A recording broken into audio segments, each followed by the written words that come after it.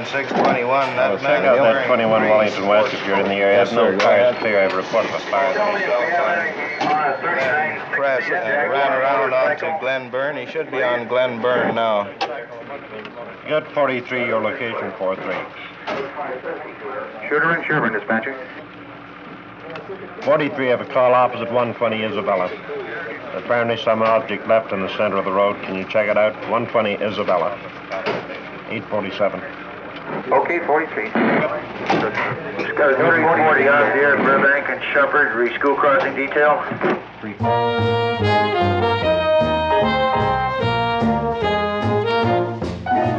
Every 5 seconds, somewhere in metropolitan Toronto, a call for the police. An accident, a child hurt, help needed. The great bulk of police work is undramatic, routine.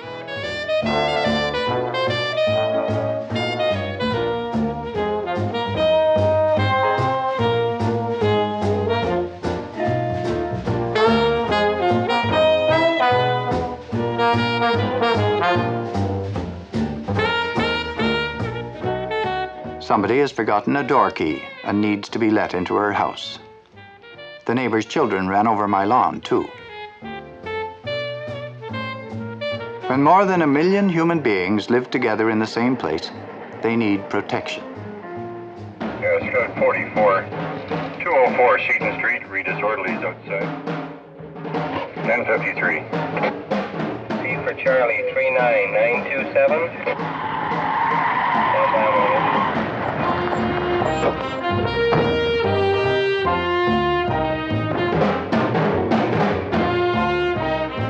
In the complex life of a modern city, the main job of the police is simply ensuring that order prevails. If men were always virtuous, there would be no need of law, or of the force which maintains the law.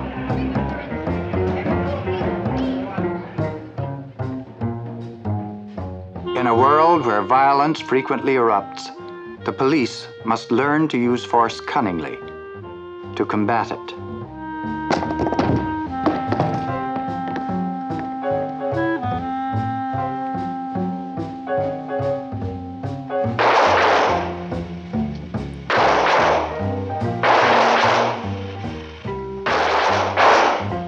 The police must also learn to use weapons, to protect themselves and the public against armed criminals.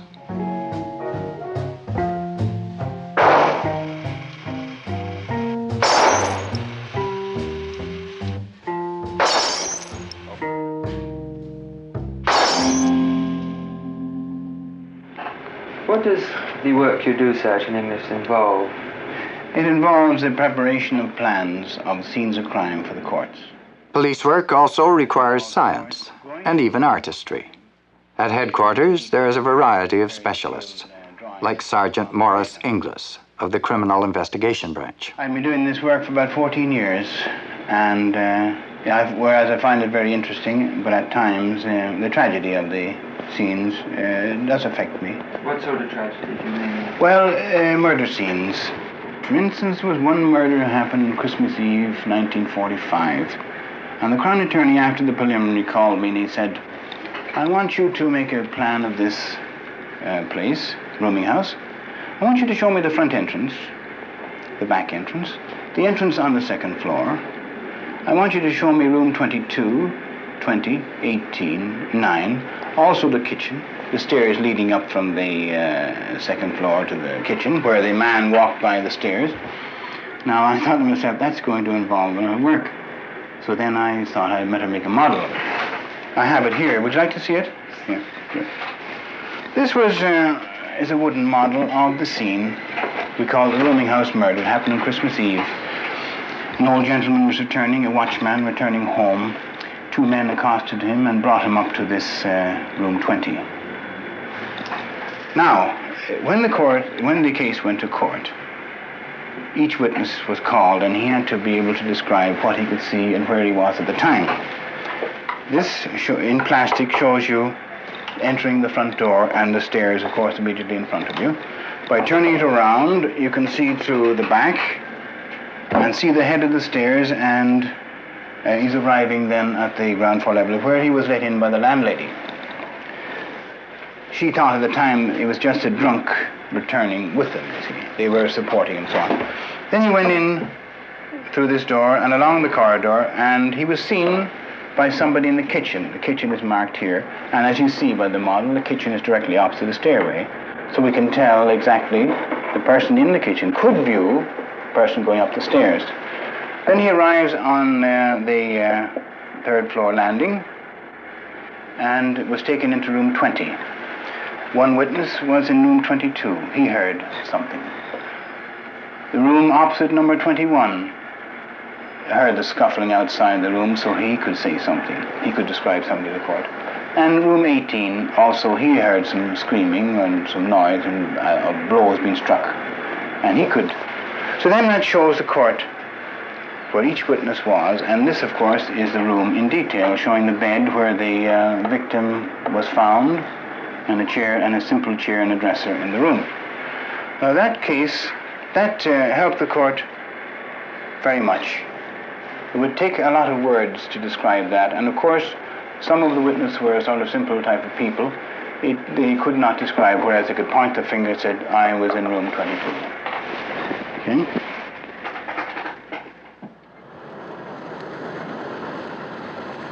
Nightfall. For most people, the time of rest and ease. But for the constable on a night shift, the calls are constant, for darkness can be the cloak of crime.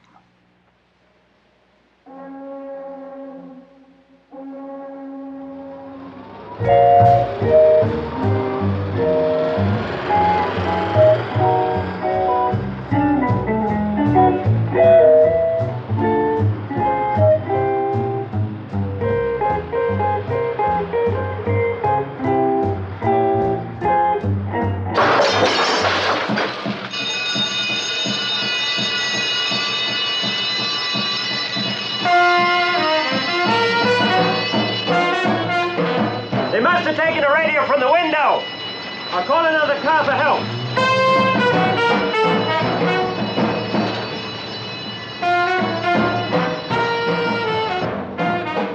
Dispatcher, Scout 4. Motor 48. Jewelry store break-in at 1426 Grand.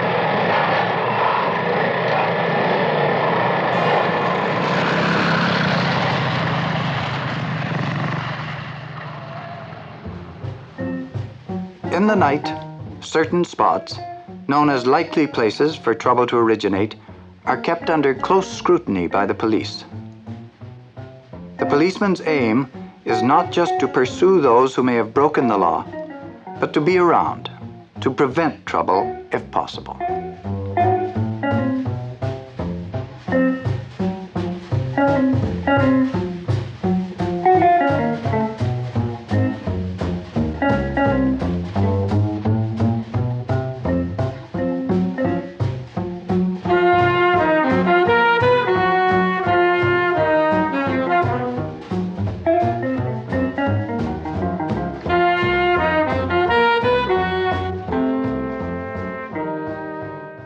What about the hustlers then on the streets?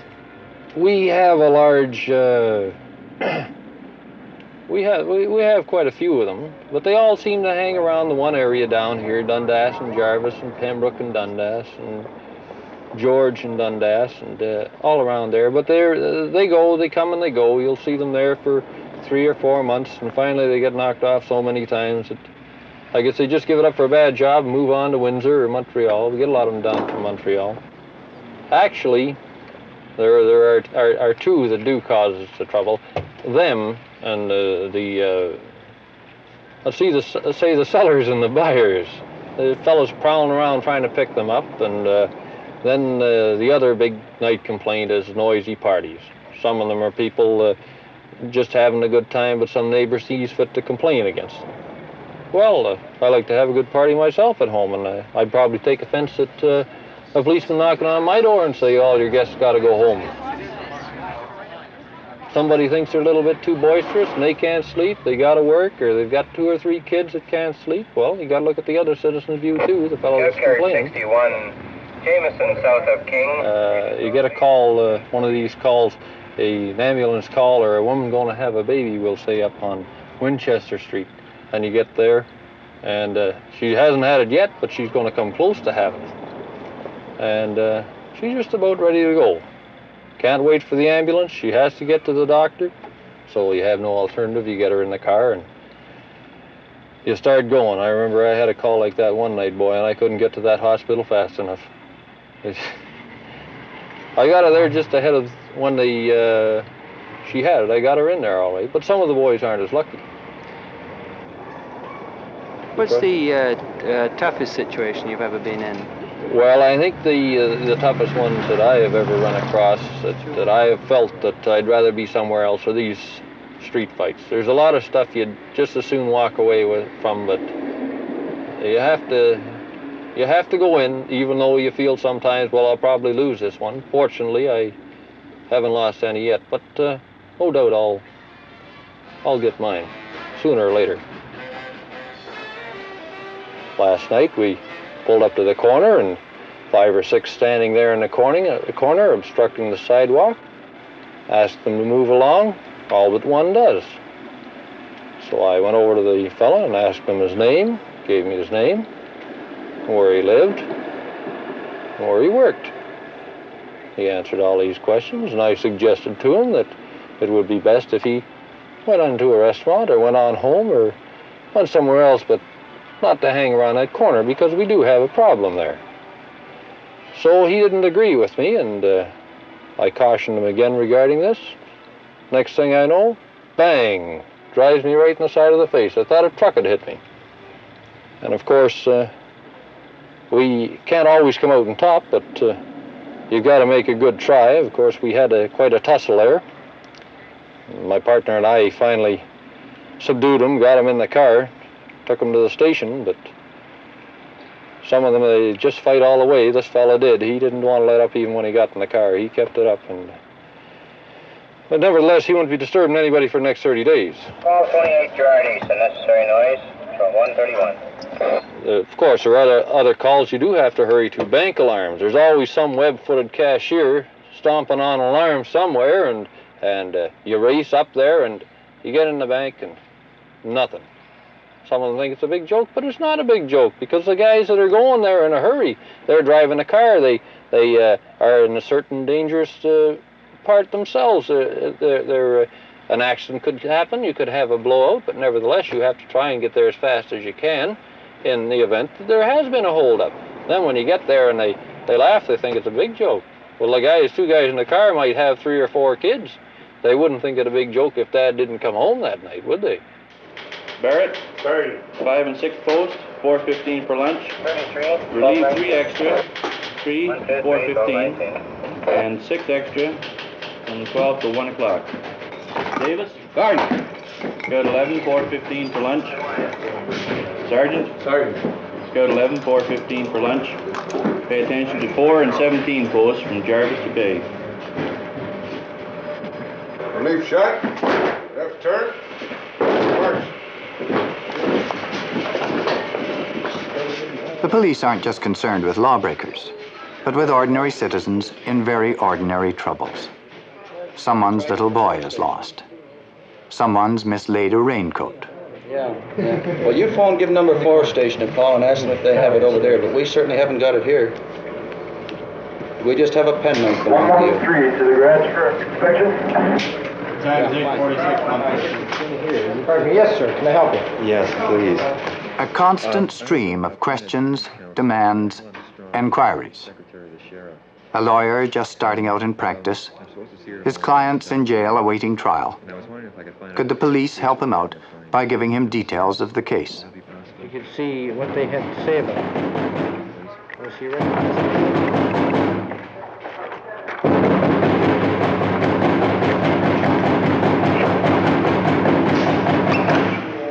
making all the noise here? Hey? Always chances we're getting some coffee. Coffee? Yeah. What's your name? My name is Curry. You got any money on you? Yeah. Let's see it. You got a dime?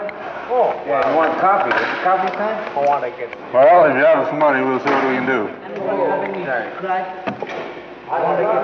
to get any coffee?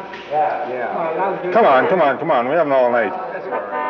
Those fellows usually think it out, the shop breakers. But the petty thieves, they're the wine hounds and the rubbies. They're just a general nuisance. They steal stuff from cars and lots of petty thefts. Whatever they can pick up, they figure will make them a buck. And then they go down to some booze can and sell it to the first guy that they can peddle it off on. Anything, so long as they can get the price of a couple of bottles of grape. And then if they haven't got enough to get a couple of bottles of the wine, the grape, they'll go and get the big economy-size bottle of rub. Take care, 5-1, 112 Avenue Road, the main floor.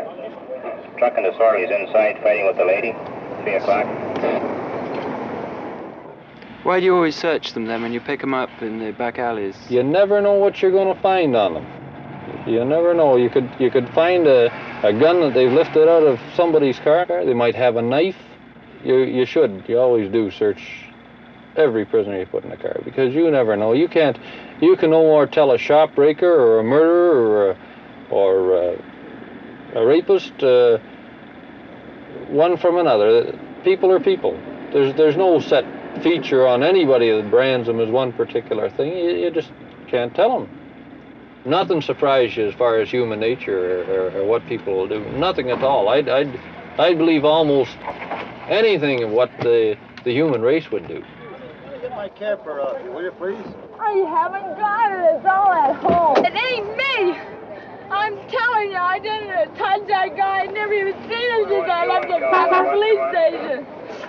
And that's the truth. Wait, come here. I gotta pay my... Oh, we want him. And she says I'm doing it, and some guy jumped him. And I'm getting a free mouth for you. They're gonna take him over? Okay, Joel, go ahead with that. Will you stop at home so I can get a pair of shoes? I just live up the corner. That's enough. Full house. Right up the front. Lots of... What we got in here? It's pretty full. That's pretty full.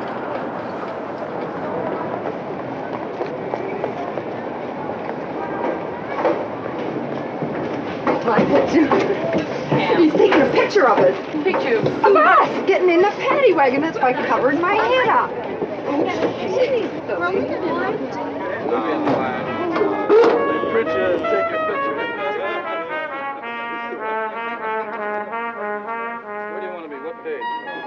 It may be a serious crime, it may be merely a misdemeanor.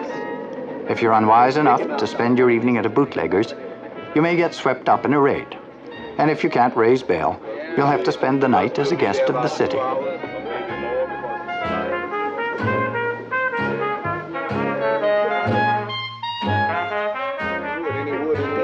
Because they found them other four up there with marijuana. That's right. So we in good shape. Oh, well, like what they...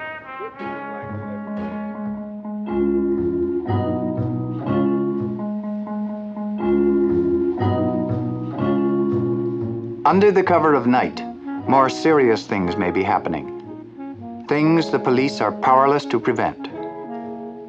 Human nature being what it is inevitable that some men will commit crimes. There will be violence, but where it will strike or whose life it will touch, no one can predict.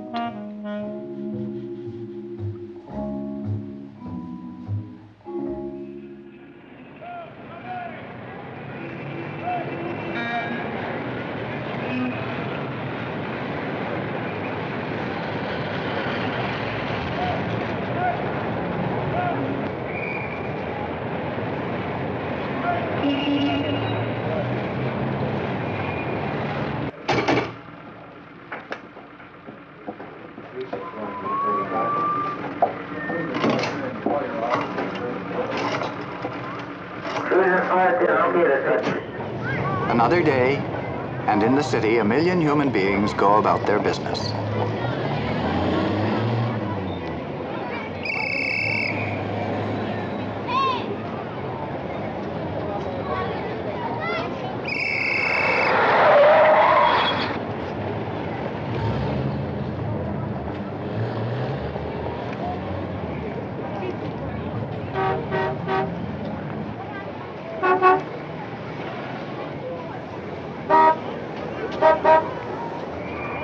When you have so many people living in one place, the attempt to keep the peace cannot always succeed.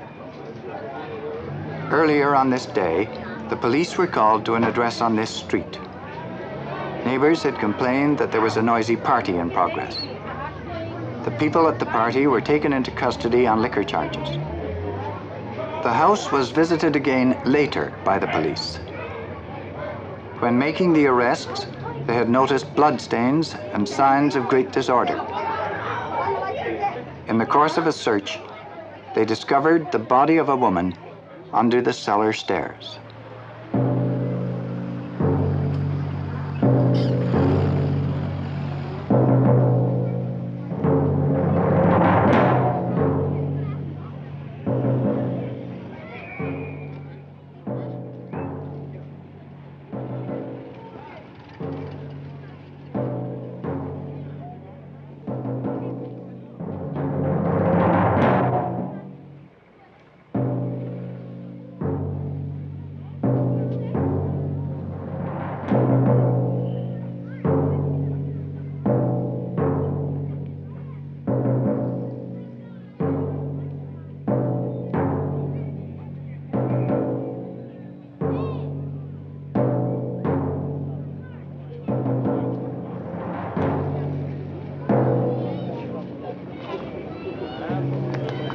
Come on, folks, let's go, eh?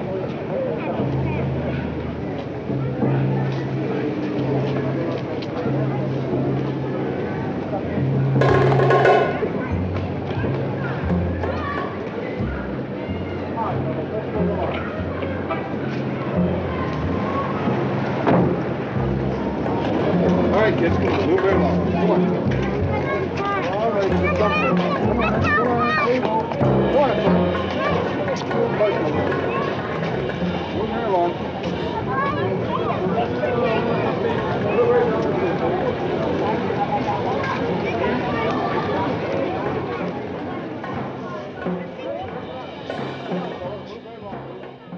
The woman had been alive the day before.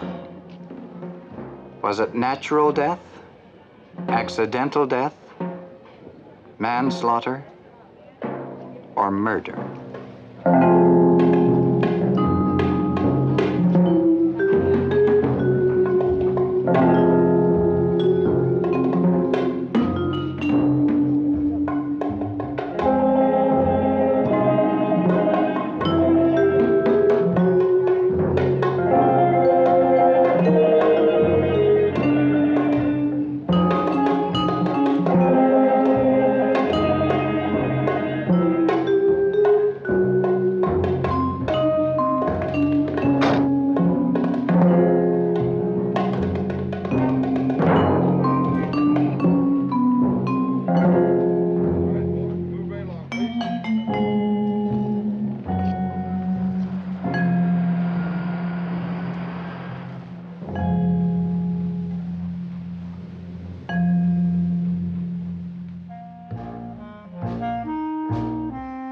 When it is suspected that a death has occurred by violence, it is the duty of the homicide squad to gather any evidence that may help to prove whether or not foul play has occurred.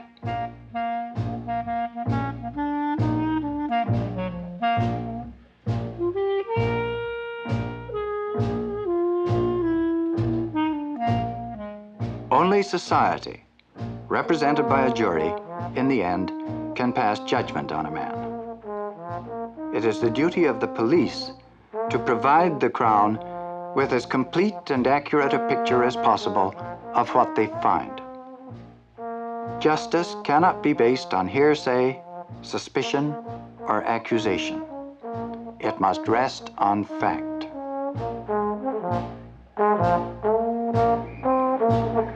Let's go, folks. Come on.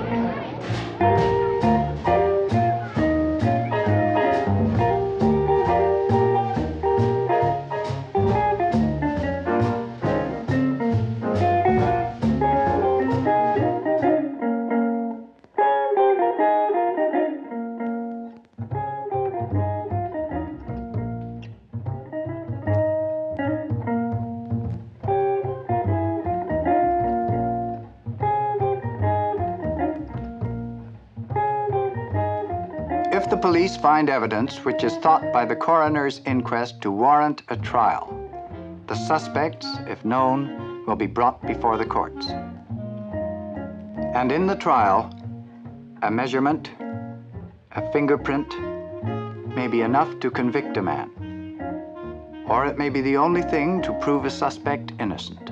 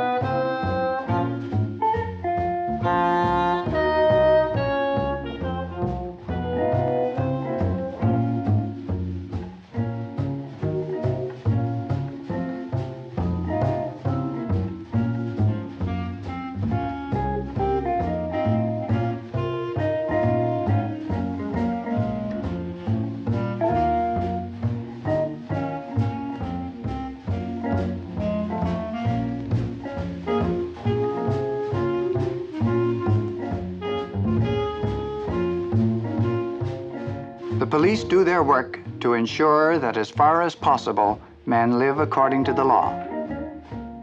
A law which holds for everyone. A law which seeks to guarantee that people may live with some measure of security and peace.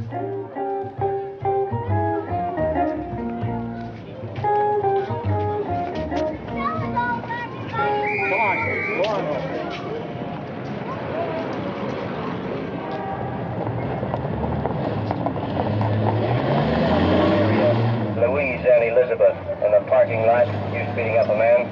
The Ottawa Grill. Go to 24 Langford and assist the lady locked out there, 133. 13, 12, 18. Got a call from the Granite Club.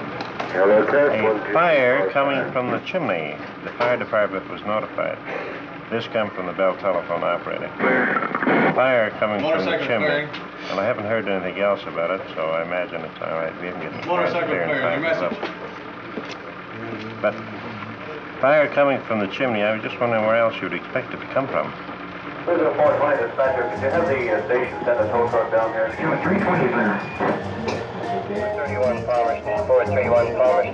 Two disorderlies in a gray car blowing the horn continuously, 1218. Three cars there and 700 corner Brown there.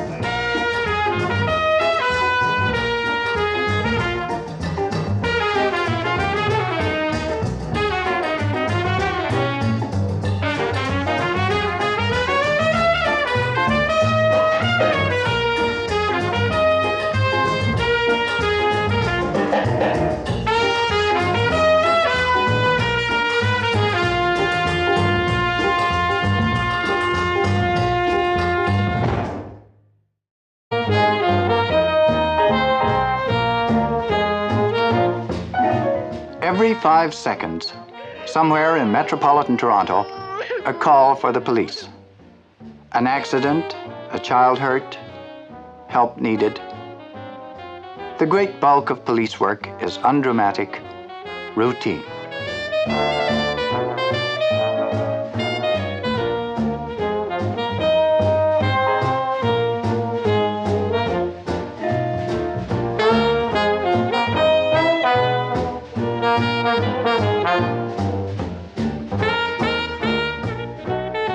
Somebody has forgotten a door key and needs to be let into her house. The neighbor's children ran over my lawn, too. When more than 1 million human beings live together in the same place, they need protection. Yeah, Scott 44. 204 Sheaton Street, read disorderlies outside. 1053. P for Charlie, 39927. Kitchen, where the man walked by the stairs. Now, I thought to myself, that's going to involve work. So then I thought I'd better make a model. I have it here. Would you like to see it? Here. This is a wooden model of the scene we call the rooming house murder. It happened on Christmas Eve. An old gentleman was returning, a watchman returning home. 2 men accosted him and brought him up to this room 20. Now, when the case went to court, each witness was called and he had to be able to describe what he could see and where he was at the time. This, in plastic, shows you entering the front door and the stairs, of course, immediately in front of you. By turning it around, you can see through the back and see the head of the stairs, and he's arriving then at the ground floor level where he was let in by the landlady. She thought at the time it was just a drunk returning with them, you see. They were supporting and so on. Then he went in through this door and along the corridor, and he was seen by somebody in the kitchen. The kitchen is marked here.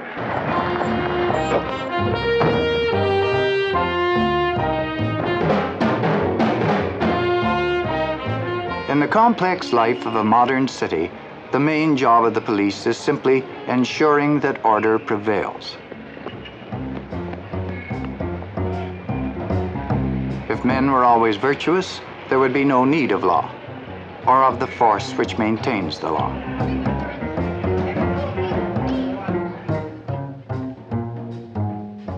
In a world where violence frequently erupts, the police must learn to use force cunningly to combat it.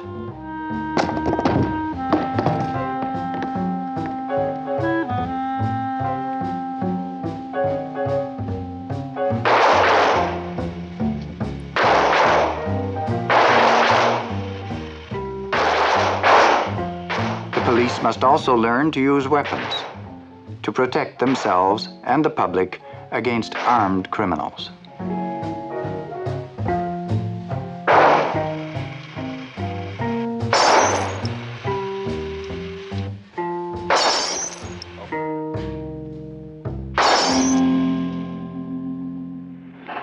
What does the work you do, Sergeant English, involve? It involves the preparation of plans of scenes of crime for the courts. Police work also requires science and even artistry. At headquarters, there is a variety of specialists, like Sergeant Morris Inglis of the Criminal Investigation Branch. I've been doing this work for about 14 years, and whereas I find it very interesting, but at times the tragedy of the scenes does affect me. What sort of tragedy do you mean? Well, murder scenes. For instance, there was one murder happened Christmas Eve, 1945. And the Crown Attorney, after the preliminary, called me and he said, I want you to make a plan of this place, rooming house. I want you to show me the front entrance, the back entrance, the entrance on the second floor. I want you to show me room 22, 20, 18, 9, also the kitchen, the stairs leading up from the second floor to the...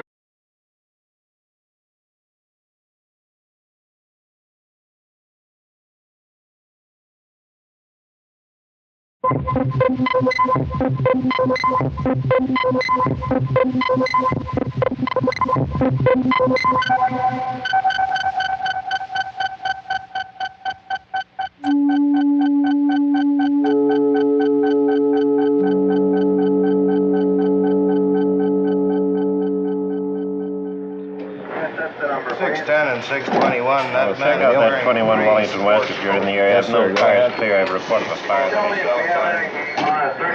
Press and ran around onto Glenburn. He should be on Glenburn now. You got 43, your location 43. Shooter and Sherman, dispatcher. 43, I have a call opposite 120 Isabella. Apparently some object left in the center of the road. Can you check it out? 120 Isabella. 847. Okay, 43. Scott 340 on the air, Burbank and Shepherd, re-school crossing detail.